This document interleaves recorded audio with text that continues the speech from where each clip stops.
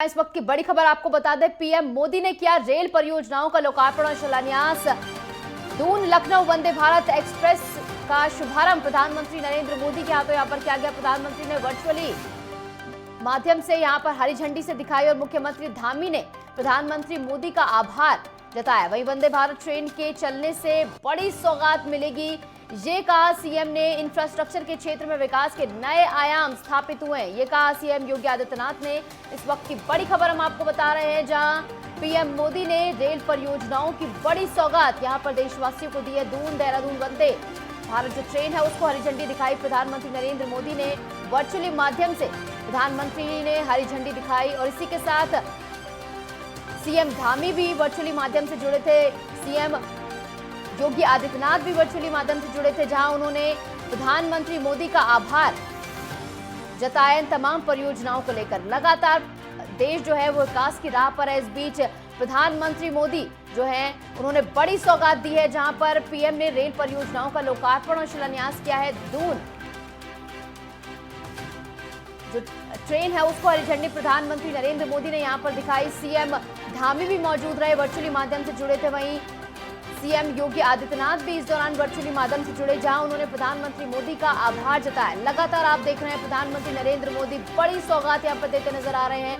पहले वाराणसी में उन्होंने बड़ी सौगात दी, उसके बाद आज अहमदाबाद में प्रधानमंत्री मोदी ने ये बड़ी सौगात यहां पर दी है। रफ्तार की सौगात देशवासियों को प्रधानमंत्री मोदी की तरफ से दी गई है, जहां पर इंफ्रास्ट्रक्चर जो है वो लगातार जो है बढ़ रहा है, तेजी से विकास कर रहा है। जिस तरीके से प्रधानमंत्री मोदी हर मंच पर ये उद्घोष करते नजर आते हैं कि भारत को 2047 तक एक विकसित देश बनाना है, तो इसको लेकर काम भी तेजी से चल रहा है। जहां आज रफ्तार की बड़ी सौगात प्रधानमंत्री मोदी द्वारा यहां पर देशवासियों को दी गई। पीएम मोदी ने रेल परियोजनाओं का लोकार्पण और शिलान्यास यहां पर किया। दून लखनऊ वंदे भारत एक्सप्रेस का शुभारंभ यहां पर प्रधानमंत्री मोदी के हाथों किया गया। वर्चुअली माध्यम से प्रधानमंत्री ने यहां पर हरी झंडी दिखाई, जिसको लेकर मुख्यमंत्री धामी ने प्रधानमंत्री का आभार जताया। वहीं वंदे भारत ट्रेन के चलने से बड़ी राहत जो है वो मिलने वाली है तमाम लोगों को, क्योंकि लगातार कनेक्टिविटी जो है वो बढ़ रही है राज्यों के बीच में। इस बीच एक और इसी तर्ज में कदम आगे बढ़ाते हुए जहां पर आज कई रेल परियोजनाओं का लोकार्पण और शिलान्यास प्रधानमंत्री नरेंद्र मोदी ने किया। सीएम धामी ने इसको लेकर प्रधानमंत्री का आभार जताया। बड़ी खबर आपको बता रहे हैं, जहां वंदे भारत ट्रेन का शुभारंभ यहां पर हुआ है, जिससे बड़ी राहत लोगों को यहां पर मिलेगी, जिसके लिए सीएम पुष्कर सिंह धामी ने भी प्रधानमंत्री का आभार जताया। वर्चुअली माध्यम से प्रधानमंत्री ने इस ट्रेन को हरी झंडी दिखाई, जिसको लेकर मुख्यमंत्री धामी ने आभार जताया। उन्होंने कहा कि वंदे भारत ट्रेन के चलने से बड़ी राहत जो है वो लोगों को मिलने वाली है, क्योंकि लगातार इसकी मांग की जा रही थी कि कनेक्टिविटी और ज़्यादा बढ़ाई जाए, और इसी तर्ज पर काम जो है वो तेज़ी से चल रहा है। जहां दून लखनऊ वंदे भारत एक्सप्रेस का शुभारंभ यहाँ पर किया गया है। प्रधानमंत्री नरेंद्र मोदी ने वर्चुअली माध्यम से जुड़कर इसका शुभारंभ किया। इस बीच हमारे साथ हमारे संवाददाता ज्ञानेंद्र तिवारी जुड़ गए हैं जानकारी के साथ। ज्ञानेंद्र, बड़ी सौगात यहां पर प्रदेशवासियों को मिली है, इसी के साथ सीएम धामी ने भी आभार प्रधानमंत्री मोदी का जताया। किस तरीके का माहौल, लोगों का क्या कुछ कहना है?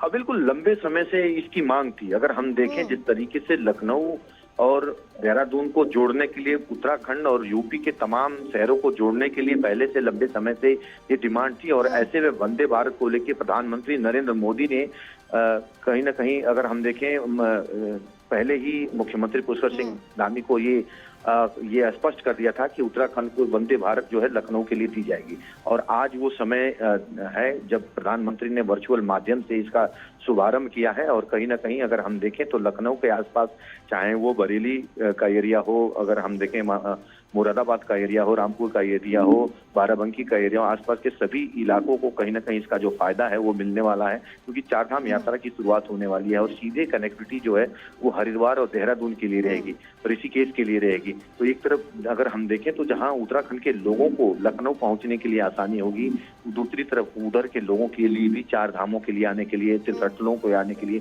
चाहे वो हरिद्वार हो, चाहे ऋषिकेश हो, चाहे वो देहरादून हो, मसूरी हो, पर्यटन स्थल हो, तीर्थाटन हो, इन सभी स्थलों के लिए एक आसानी होगी, क्योंकि वंदे भारत जो है एक्सप्रेस काफी कम समय पे जो दूरी तय करेगी। अगर हम नॉर्मली देखें तो तकरीबन 12 से 13 घंटे दूसरी ट्रेनें लेती हैं लखनऊ से देहरादून पहुंचने में, लेकिन अगर इस वंदे भारत की बात करें तो वंदे भारत तकरीबन 7 से 8 घंटे में ही अपनी दूरी तय कर लेगी। तो कुल मिला के एक सहूलियत यात्रियों को मिलेगी, उन श्रद्धालुओं को मिलेगी, उन पर्यटकों को मिलेगी जो 4 धामों के लिए आएंगे, पर्यटक स्थलों के लिए आएंगे, और दूसरी तरफ यहाँ के लोगों को भी सहूलियत मिलेगी क्योंकि काफी ज्यादा संख्या में देहरादून और हरिद्वार के जो ऋषिकेश के और गढ़वाल के जो लोग हैं वो लखनऊ में रहते हैं, बरेली में रहते हैं, कानपुर में रहते हैं। तो इस सभी एरिया को वो कवर करता हुआ नजर आएगा और आज से इसकी जो शुरुआत हो रही है कहीं ना कहीं जो इसका फायदा है आने वाले समय में लोग लेते हुए नजर आएंगे। जी आपने बिल्कुल सही कहा, तैयारियां बेहद तेजी चल रही हैं चारधाम की यात्रा को लेकर। अगर वंदे भारत एक्सप्रेस की बात की जाए